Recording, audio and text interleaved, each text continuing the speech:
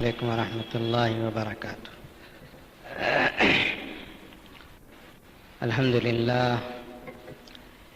للہ رب العالمین، والصلاة والسلام علی سید المرسلین محمد وآلہ واصحابہ اجمعین، اما بعد۔ قال اللہ تبارک وتعالی: اعوذ باللہ من الشیطان الرجیم، بسم اللہ الرحمن الرحیم۔ وَيُوفُونَ بِالنَّذْرِ وَيَخَافُونَ يَوْمًا كَانَ شَرُّهُ مُسْتَطِيرًا وَيُطْعِمُونَ الطَّعَامَ عَلَى حُبِّهِ مِسْكِينًا وَيَتِيمًا وَأَسِيرًا إِنَّمَا نُطْعِمُكُمْ لِوَجْهِ اللَّهِ لَا نُرِيدُ مِنكُمْ جَزَاءً وَلَا شُكُورًا إِنَّا نَخَافُ مِن رَّبِّنَا يَوْمًا عَبُوسًا قَمْطَرِيرًا فَوَقَاهُ اللَّهُ شَرَّ ذَلِكَ۔ صدق اللہ مولانا العظیم۔ محترم حاضرین، سورہ دہر کی جو آیتیں میں نے آپ کے سامنے تلاوت کی ہیں، ان آیات کے سلسلے میں ایک روایت یہ ہے کہ یہ آیتیں حضرت علی اور حضرت فاطمہ رضی اللہ تعالی عنہما کے سلسلے میں نازل ہوئی۔ آپ کو یاد ہوگا پچھلے جمعہ میں نے آپ کے سامنے عرض کیا تھا کہ حضور صلی اللہ تعالی علیہ وسلم کی بیٹیوں میں حضرت فاطمہ رضی اللہ تعالی عنہا، جو رسول اللہ صلی اللہ علیہ وسلم کی چہیتی تھی، وہ سب سے زیادہ لاڈلی اور پیاری تھی۔ ان کی زندگی گزارنے کا طریقہ یہ خاص طور پر آج کی امت مسلمہ کی ماؤں اور بہنوں اور بیٹیوں کے لیے نمونے زندگی ہے۔ اسی لیے میں نے اس مضمون کو وہیں چھوڑا اور آپ سے عرض کیا تھا کہ حضرت فاطمہ کے سلسلے میں آئندہ جمعہ آپ سے عرض کریں، اور اسی مناسبت سے میں نے یہ آیتیں آپ کے سامنے تلاوت کی ہیں۔ غالباً آپ کو یاد ہوگا میں نے آپ حضرات سے عرض کیا تھا کہ بدر کی لڑائی کے بعد نبی اکرم صلی اللہ تعالی علیہ وسلم کی بیٹی حضرت فاطمہ الزہرا کے سلسلے میں کئی رشتے آئے، یہاں تک کہ حضرت عمر فاروق نے بھی رشتہ بھیجا، اور بڑے بڑے دوسرے اکابر صحابہ نے حضور صلی اللہ تعالی علیہ وسلم کے داماد بننے کی خواہش ظاہر کی، لیکن اللہ کے رسول علیہ الصلاۃ والسلام نے ارشاد فرمایا کہ نہیں، میں اس سلسلے میں اللہ کی طرف سے وحی کا انتظار کرتا ہوں۔ چنانچہ حضرت علی رضی اللہ تعالی عنہ سے دوستوں نے کہا کہ تم بھی اللہ کے رسول صلی اللہ علیہ وسلم کے سامنے درخواست پیش کرنا کہ شاید تمہاری درخواست شرف قبولیت حاصل کر جائے۔ چنانچہ حضرت علی رضی اللہ تعالیٰ عنہ نے شرماتے شرماتے، یہ شرماتے کا لفظ حدیث میں بھی ہے، اور میں یہ خصوصیت سے اس لیے عرض کر رہا ہوں کہ حضرت علی رضی اللہ تعالیٰ عنہ کے مزاج میں بڑی شرم تھی، حیا تھی، اور حیا تو ایمان کا بہت اہم ترین حصہ ہے۔ حالانکہ حضرت علی انتہائی بہادر اور جری انسان، غالباً آپ نے سنا ہو کہ حضرت علی اتنے جری اور بہادر تھے کہ ایک غزوے میں جس دروازے کو آپ نے اٹھا کر پھینکا تھا، کتابوں میں لکھتے ہیں کہ 27 آدمی اس دروازے کو کھولتے تھے، اور تنہا حضرت علی نے اس کو اٹھا کے پھینکا۔ مرحب جیسے پہلوان کو جو سنتے ہیں، کتابوں میں لکھتے ہیں کہ 50 آدمیوں پر بیک وقت حاوی تھا، حضرت علی چھوٹے قد کے تھے اور انہوں نے حضرت علی رضی اللہ تعالیٰ عنہ نے مرحب کے 2 ٹکڑے کر دیے تھے۔ شرماتے شرماتے حضور صلی اللہ علیہ وسلم سے عرض کیا کہ میں آپ کی بیٹی کا ہاتھ تھامنا چاہتا ہوں۔ حضور اکرم صلی اللہ تعالی علیہ وسلم کو اللہ تعالیٰ کی طرف سے بذریعہ وحی اشارہ ہوا کہ اس رشتے کو آپ قبول کر لیں کہ فاطمہ کے لیے یہی رشتہ ہم نے بھی آسمانوں میں طے کیا ہے۔ چنانچہ رسول پاک صلی اللہ تعالی علیہ وسلم نے سوال فرمایا کہ علی تمہارے پاس مہر دینے کے لیے کیا ہے؟ حضرت علی رضی اللہ تعالیٰ عنہ نے فرمایا یا رسول اللہ، میرے پاس میرا گھوڑا ہے جس کی پیٹھ پہ بیٹھ کے جہاد کرتا ہوں، اور ایک زرہ ہے لوہے کی جسے پہن کر جنگ لڑتا ہوں، اس کے علاوہ تو میرے پاس کچھ ہے نہیں۔ حضور اکرم صلی اللہ تعالی علیہ وسلم نے فرمایا گھوڑا تو سواری کا ضروری ہے، تم ایسا کرو کہ زرہ بیچ دو۔ حضرت علی رضی اللہ تعالیٰ عنہ نے زرہ بیچ دی حضرت عثمان غنی کے ہاتھ۔ وہاں سے مختلف روایتیں ہیں، کسی میں 400، کسی میں 600، مختلف روایتیں ہیں 400 درہم مثلا ان کے ہاتھوں پہ آئے۔ اسے لا کر حضرت علی رضی اللہ تعالیٰ عنہ نے رسول پاک صلی اللہ علیہ وسلم کی خدمت اقدس میں رکھا۔ اس میں سے مہر فاطمی مقرر ہوا تھا 200 درہم، پھر باقی جو رقم تھی اللہ کے رسول خود چونکہ حضرت علی کے نگہبان تھے اور پرورش رسول اللہ صلی اللہ علیہ وسلم نے کی حضرت علی کی، اس لیے اللہ کے رسول علیہ الصلوۃ والسلام نے دونوں کی زندگی کا ساز و سامان کا انتظام کیا۔ ان کے لیے حصیر لی، ان کے لیے تکے بنوائے، ان کے لیے 2 چکیاں رکھی، ایسا جو زندگی کا ضرورت کا سامان تھا اس سامان کا انتظام فرمایا۔ اللہ کے رسول نے اپنی بیٹی کے لیے اپنی دولت سے جہیز نہیں دیا، اور تھی کہاں دولت دینے کی، وہ تو حضرت علی کی زرہ سے بچے ہوئے پیسے، تھوڑا سا پیسہ مہر کے لیے دیا۔ مہر فاطمی اس زمانے میں جتنا باندھا گیا آج کے زمانے میں 14,000 روپے آج کل کے ریٹ کے اعتبار سے ہوتا ہے، تو باقی جو پیسہ بچا تھا یہ درہم بچے، اس میں سے تھوڑا سا ضرورت کا سامان زندگی کا مہیا کیا۔ اب اسے بعض ان پڑھ قسم کے لوگ کہتے ہیں کہ رسول اللہ نے اپنی بیٹی کو جب جہیز دیا تو آج کے زمانے میں دینے میں کیا حرج؟ دینے میں کوئی حرج نہیں ہے۔ کسی باپ کو اللہ نے دولت دی ہے، وہ اگر اپنی بیٹی کے لیے خدا کے دیے ہوئے مال میں اپنی مرضی کے مطابق بغیر سوال کے دیتا ہے تو جائز ہے، لیکن یہ جو لڑکے والوں کی طرف سے لیسٹ آتی ہے، یہ چاہیے وہ چاہیے، اور ایک لمبی چوڑی فہرست ہوتی ہے، مجھے بتاؤ اس کا شریعت میں کہاں وجود ہے؟ یہ حرام ہے، سراسر حرام ہے، اور اس کے حرام ہونے کے لیے دلیل ہے قرآن مجید کی وہ آیت جس میں اللہ تعالیٰ نے فرمایا یا ایھا الذین آمنوا لا تاکلوا اموالکم بینکم بالباطل، اے ایمان والو آپس میں ایک دوسرے کا مال اس طرح غلط طریقے سے مت ہڑپو، میں غلط طریقے سے مت کھاؤ۔ جب قرآن کی آیت کہتی ہے کہ اس طرح غلط طریقے سے ایک دوسرے کا مال ہڑپ نہیں کرنا چاہیے، تو اس کی اجازت کہاں ہو گئی کہ جہیز کے نام پر جس باپ کی لڑکی لے رہے ہیں اسی سے مال بھی اینٹ رہے ہیں، اسی سے دولت بھی لے رہے ہیں۔ اس کے علاوہ طرفہ تماشا یہ کہ لوگ جوڑا جہیز تو خوب لے لیتے ہیں، لیکن مہر کی ادائیگی کا جب مسئلہ آتا ہے تو دفتر میں لکھا ہوا ہوتا ہے کوئی بھی مائی کا لال مہر نہیں دیتا۔ حالانکہ حضرت علی جیسا نادار آدمی جس کے پاس دولت کچھ بھی نہیں ہے، اس کو مہر دینے کے لیے اپنی زرہ بیچنی پڑی، معلوم ہے یہی ضروری ہے۔ اور اس سے پہلے میں نے آپ کو روایت عرض کی ہے ازواج مطہرات کی کہ حضرت عائشہ صدیقہ رضی اللہ تعالی عنہا مدینہ پہنچی، اب اللہ کے رسول کا نکاح ہو چکا ہے، رخصتی کا وقت ہے، بیمار ہو گئی تھی، اچھی ہو گئی، صحت یاب ہو گئی، تو حضور صلی اللہ علیہ وسلم کی خدمت میں حضرت ابوبکر نے عرض کیا یا رسول اللہ آپ اپنی بیوی کو رخصت کرا لیجیے۔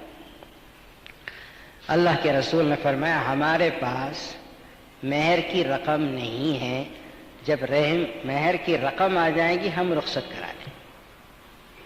معلوم ہوا کہ مہر کی رقم دیے بغیر رخصت کرانا ہی درست نہیں ہے۔ یہاں تو لوگ بچوں پہ بچے پیدا کر رہے ہیں۔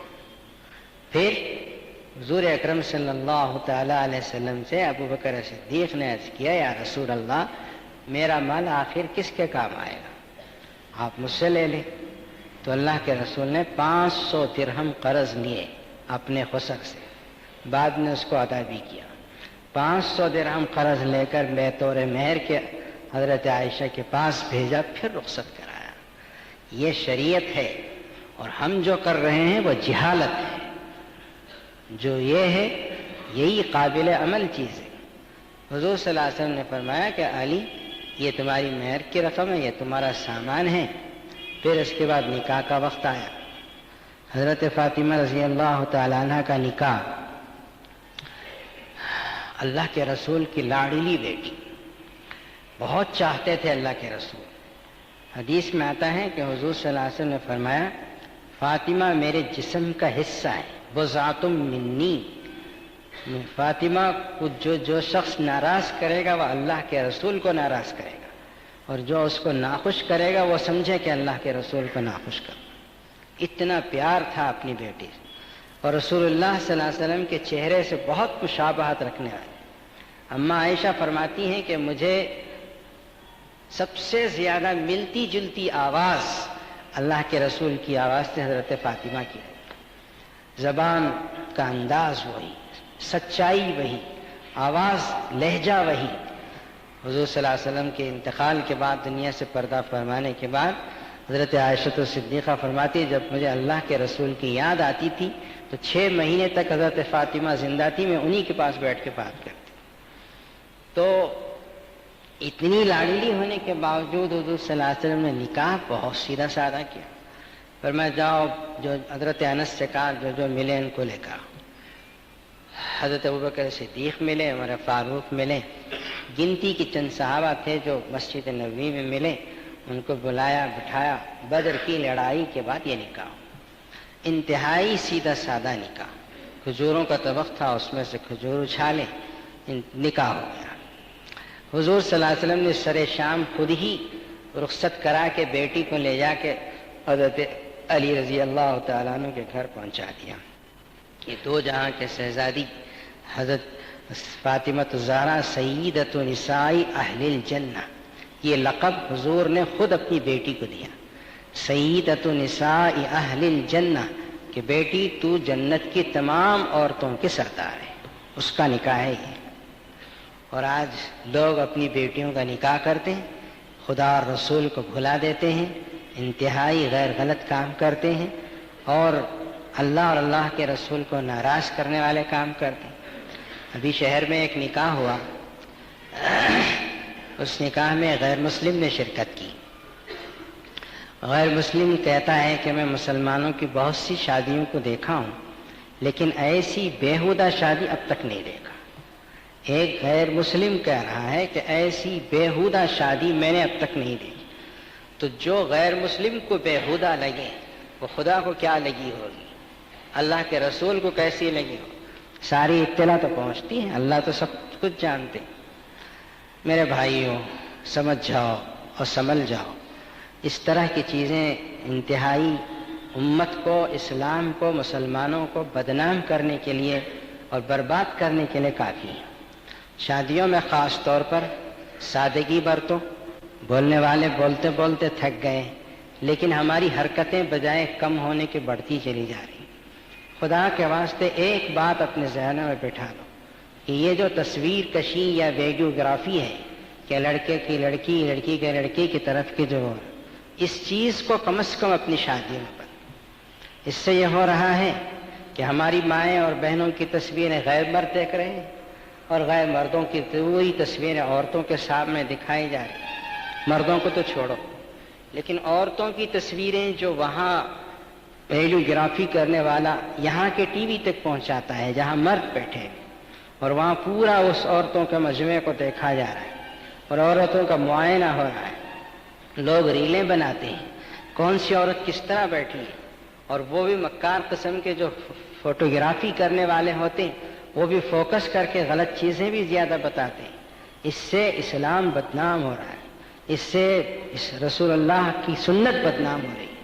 اس لیے میری آپ سے خاص عاجزانہ گزارش ہے کہ شادیوں میں کم از کم خوب کھلاؤ پلاؤ، ٹھیک ہے اللہ نے دیا ہے تو کھلا، لیکن یہ جو بےہودگی ہے کہ اپنی ماں اور بہنوں کی تصویروں کو لوگوں کے سامنے آپ کا، ہندو بھی دیکھ رہا ہے، مسلمان بھی دیکھ رہا ہے، اپنا بھی دیکھ رہا ہے، غیر بھی دیکھ رہا ہے، اچھی آنکھیں رکھنے والا بھی دیکھ رہا ہے، بری آنکھیں رکھنے والا بھی دیکھ، یہ کیوں چہرے کے اوپر سے پانی اتر گیا؟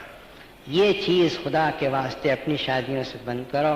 میری عاجزانہ اپیل ہے آپ سے، اس اپیل کو آپ بھی سنیں، دور دور تک پہنچائیں، اسے اخبارات کے ذریعے سے بھی پوری طرح پہنچانے کی کوشش کریں کہ مسلمان کم از کم اپنی گھروں کی شادیوں میں اپنی بیٹی بہو بیٹیوں کی تصویروں کو غیر کے سامنے آپ، اللہ کرے کہ نکلنے والی دل سے یہ آواز ہر ایک کے دل تک پہنچے۔ نہ یہ میری امت مسلمہ کی سب سے بڑی شہزادی حضرت فاطمہ کی شادی کے مطابق ہے، نہ کسی اور کے مطابق۔ اپنے رسول کو ناراض کر کے، اپنے رسول کے طریقے کے خلاف چل کے ہم لوگ کیا حاصل کرنے جائیں گے، کون سی منزل پہ پہنچ پائیں گے؟ اس لیے میرے بھائیوں، دو جہاں کی شہزادی فاطمہ کے رسول کو سامنے رکھ کر کوشش کریں کہ اپنی بیٹیوں کی شادیاں ایسے ہی کریں جیسا کہ رسول اللہ نے۔ وہ آیت میں نے جو تلاوت کی اس کا شان نزول میں عرض کروں۔ حضرت فاطمہ کا رخصت ہو گئی، رسول اللہ صلی اللہ علیہ وسلم نے علی کے پاس رخصت کیا، انتہائی اسرت کی اور تنگی کی زندگی گزاری۔ آج کل کی مائیں اور بہنیں، بہو بیٹیاں تھوڑا سا گھر میں کام کاج کر دیں تو لڑکی کا باپ لڑنے کے لیے آ جائے، لڑکی کے بھائی مارنے کے لیے آ جائیں۔ وہاں صورتحال یہ تھی کہ حضرت علی خود ہی بیان کرتے ہیں، حضرت فاطمہ کے انتقال کے بعد، حضور کے دنیا سے جانے کے 6 مہینے کے بعد حضرت فاطمہ بھی چلی گئی۔ 6 مہینے کے بعد حضرت علی نے دوسرا نکاح بھی کیا، اس سے پہلے کبھی نکاح نہیں کیا، حضرت فاطمہ کی زندگی میں نکاح نہیں کیا۔ ایک بار اپنے شاگرد سے حضرت علی نے فرمایا، میں تمہیں رسول اللہ کی بیٹی فاطمہ کے بارے میں بتاؤں، وہ میری بیوی تھی، میں ان کا دن و رات جانتا تھا، میں باہر دین کے کاموں میں دوسرے کاموں میں لگا رہتا تھا، میں فاطمہ کو دیکھتا تھا کہ وہ جنگل سے لکڑیاں لاتی تھیں، اس کے نشانات ان کے ہاتھوں پہ تھے، پانی کھینچ کر لاتی تھیں جس سے سینے کے اوپر نشانات بیٹھ گئے تھے، ہمیشہ گھر کا کام کاج جھاڑنا جھوڑنا سب کرتی تھیں جس سے کپڑے میلے رہتے تھے۔ حضرت علی رضی اللہ تعالیٰ نے فرمایا، میں نے اپنی بیوی سے کہا، دیکھو اللہ کے رسول کے پاس، تمہارے والد محترم کے پاس غلام آئے، جاؤ ایک لونڈی مانگ لو، یہ مصیبت چھوٹ جائے گی، کام کاج میں ہلکا ہو جائے۔ میں گئی، شرم کی وجہ سے مانگ نہ سکی، واپس آ گئی۔ دوسرے دن خود رسول اللہ میرے گھر آئے، پوچھا بیٹی کل کیوں آئی تھی؟ کل آئی تھی نا میرے پاس، کچھ بات نہیں کیا، کیوں واپس کیوں آ گئی، کیا کام لے کے آئی تھی؟ حضور پاک صلی اللہ علیہ وسلم پوچھے تو پھر بیٹی کو شرم آ گئی، بیٹی نے کچھ کہا نہیں۔ حضرت علی نے خود ہی فرمایا، یا رسول اللہ ان کی کام کاج کی یہ حالت ہے، اس نے یہ لونڈی مانگنے آپ پاس آئی تھی۔ اس وقت دنیا میں تو باپ بہت ہیں، اور باپ بیٹی کے لیے کیا کرتا ہے آپ جانتے ہیں، غریب سے غریب باپ بھی اپنی بیٹی کے لیے کیا کچھ کر سکتا ہے، لیکن قربان اس باپ پر جس کا نام گرامی اس میں گرامی محمد و احمد صلی اللہ علیہ وسلم ہے، انہوں نے اپنی بیٹی سے کہا، یا فاطمہ اتق اللہ، اے بیٹی فاطمہ اللہ سے ڈرو، تقوی اختیار کرو، واصبری، گھر کے کام کاج میں تو تکلیف ہوتی ہے اس پہ صبر کرو، ادی فریضۃ ربک، جتنے خدا کے فرائض ہیں اسے ادا کرو، وعمل عمل بیتک بیدک، اپنے گھر کے کام کاج کو اپنے ہاتھوں سے کرو۔ پھر رات کو جب اپنے گھر کو اپنے بستر پر پہنچو تو فرمایا وہی تسبیحات فاطمہ دی کہ سبحان اللہ 33 مرتبہ، الحمدللہ 33 مرتبہ، اللہ اکبر 34 مرتبہ پڑھ پڑھا کے بدن پہ دم کر کے سو جاؤ، تمہاری ساری تکن دور۔ امام الانبیاء نے یہ بتایا کہ تم بیٹی ہو پیغمبر کی، تمہیں نوکری لونڈی مانگنا درست نہیں ہے، دنیا میں تمہیں اسی طرح زندگی گزارنا، اس لیے کہ قیامت تک کی عورتوں کے لیے تم نمونہ ہو۔ اب بھلا بتائیے امام الانبیاء کی بیٹی جب گھر کا کام کاج کرتی ہے، کر سکتی ہے، تو دنیا کی کون سی ایسی بیٹی ہے جو اس سے بڑھ سکتی ہے؟ اس کی دھول تک بھی نہیں پہنچ سکتی، دھول کا تصور تک نہیں کر سکتے۔ اور اپنی اولاد کو، بیٹیوں کو یہ سمجھاؤ، ان کی یہ تربیت کرو، اس طرح ہوتی ہے بیٹیاں، اور اس طرح بیٹیوں کو ہونا چاہیے۔ تھوڑا سا کام کیا تو شرم آ گئی، تھوڑا سا کام کیا تو باپ کو غصہ آ گیا، بھائی لڑنے لگے، کیسی کیسی قسم کی شکایتیں آ گئی۔ اور پھر اس کے علاوہ کپڑے پہننے کا انداز، پچھلے جمعہ میں نے آپ سے عرض کیا، ابا جان آئے، رسول اللہ صلی اللہ علیہ وسلم آئے، کہا بیٹی اندر آنا چاہتا ہوں، میرے ساتھ عمران ابن حسین بھی ہیں، اجازت ہے؟ کہا یا رسول اللہ میرے پاس پردہ کرنے کے لیے کوئی کپڑا نہیں ہے۔ چادر کندھے سے نکالی، چادر دی، کہا بیٹی اس سے پردہ کر لے، میں اندر آتا ہوں۔ اور حضرت عائشہ فاطمہ نے چہرے پہ پردہ کیا، اللہ کے رسول اندر آئے، پوچھا بیٹی کیا حال ہے؟ فرمایا ابا جان پہلے تو بیماری تھی، اب پہلے تو بھوک تھی، اب بیماری بھی آ گئی۔ حضور صلی اللہ علیہ وسلم نے فرمایا صبر کرو، اس طرح صبر کی زندگی گزارو، تم سیدۃ نساء اہل الجنہ ہو۔ حالانکہ اللہ کے رسول چاہتے تو 1,00,000 جوڑے آسمان سے منگا سکتے تھے۔ اللہ کے رسول نے بتایا کہ نہیں، اسے نمونہ بننا ہے قیامت تک کے لیے، تو نمونہ بنا دیا۔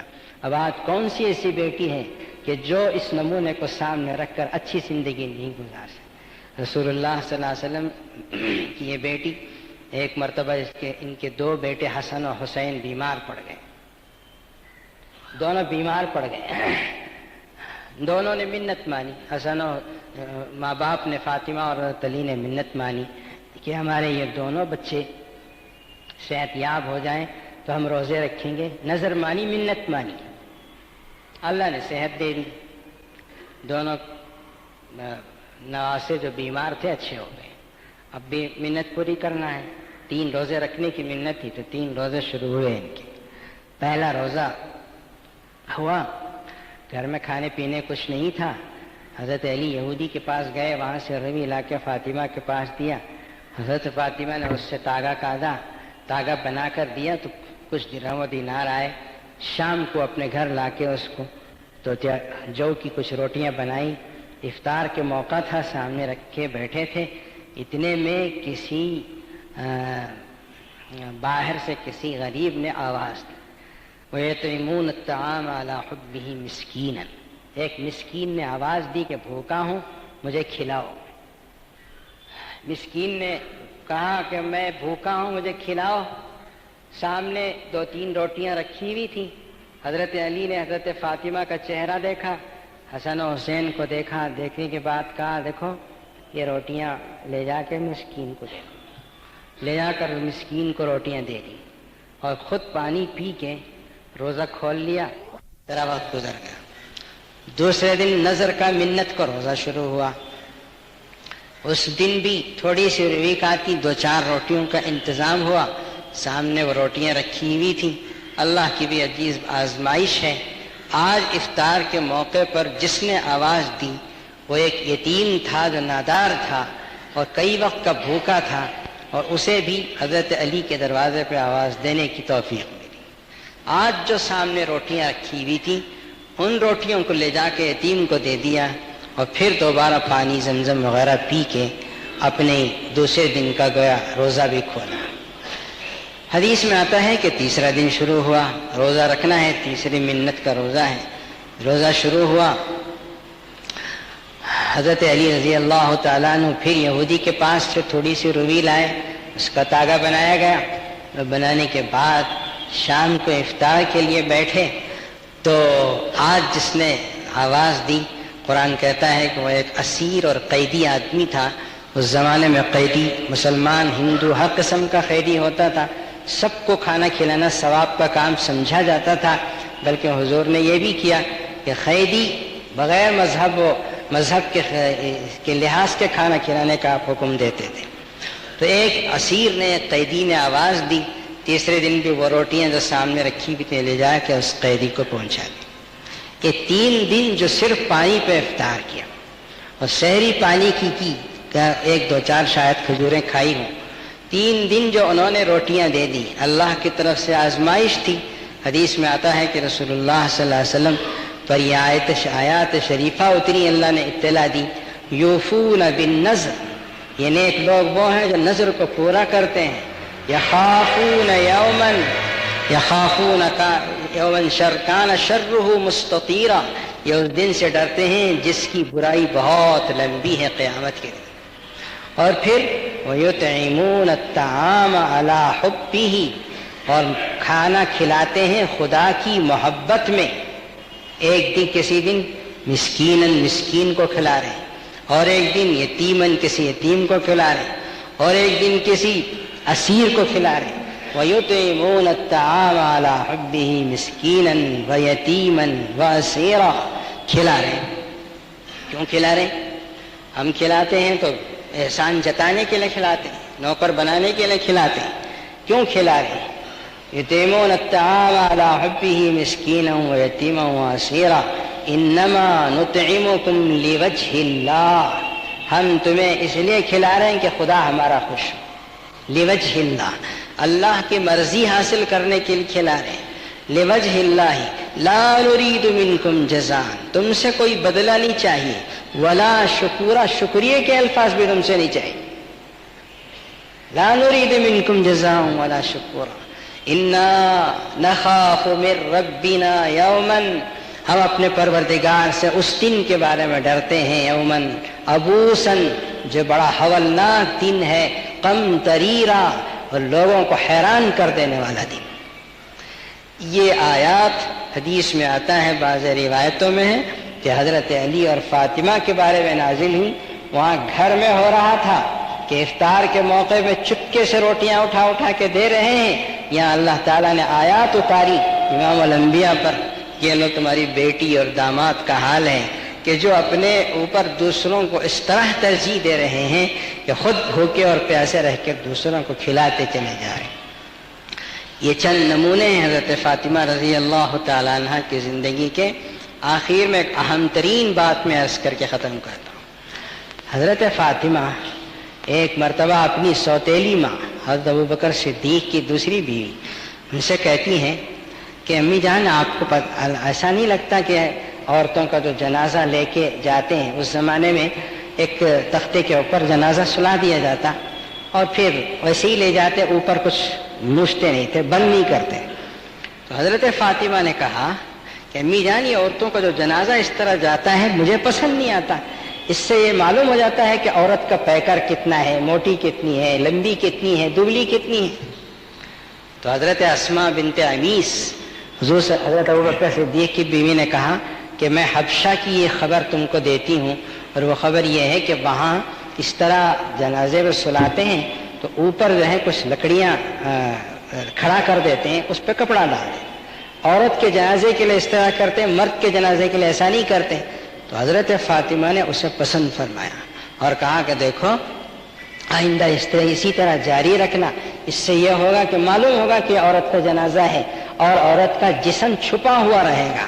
اور حضرت فاطمہ ہی وہی شخصیت ہیں جنہوں نے وصیت کی تھی کہ میں مروں تو میری تدفین رات کے اندھیرے میں کرنا، اور چاروں طرف میرے قبر کے گڑھے کے چاروں طرف پر چادر تان دینا کہ جب مجھے قبر میں اتارا جائے تو میرا پیکر تک کسی کی نظروں کے سامنے نہ آئے۔ اتنا پردہ اور اتنی حیا اور اتنی شرم سے زندگی گزاری۔ اے اپنی بیٹیوں کو یہ سمجھاؤ کہ یہ اس میں کامیابی، یہ چیزیں اپنی بیٹیوں کو سمجھاؤ۔ اللہ تبارک و تعالیٰ سے دعا فرمائیے اللہ تعالیٰ مجھے، آپ کو اور پوری ملت اسلامیہ کو حضرت فاطمہ الزہرا کے اسوے کو سامنے رکھ کر اپنی بیٹیوں کی تربیت کرنے کی توفیق عطا فرمائے۔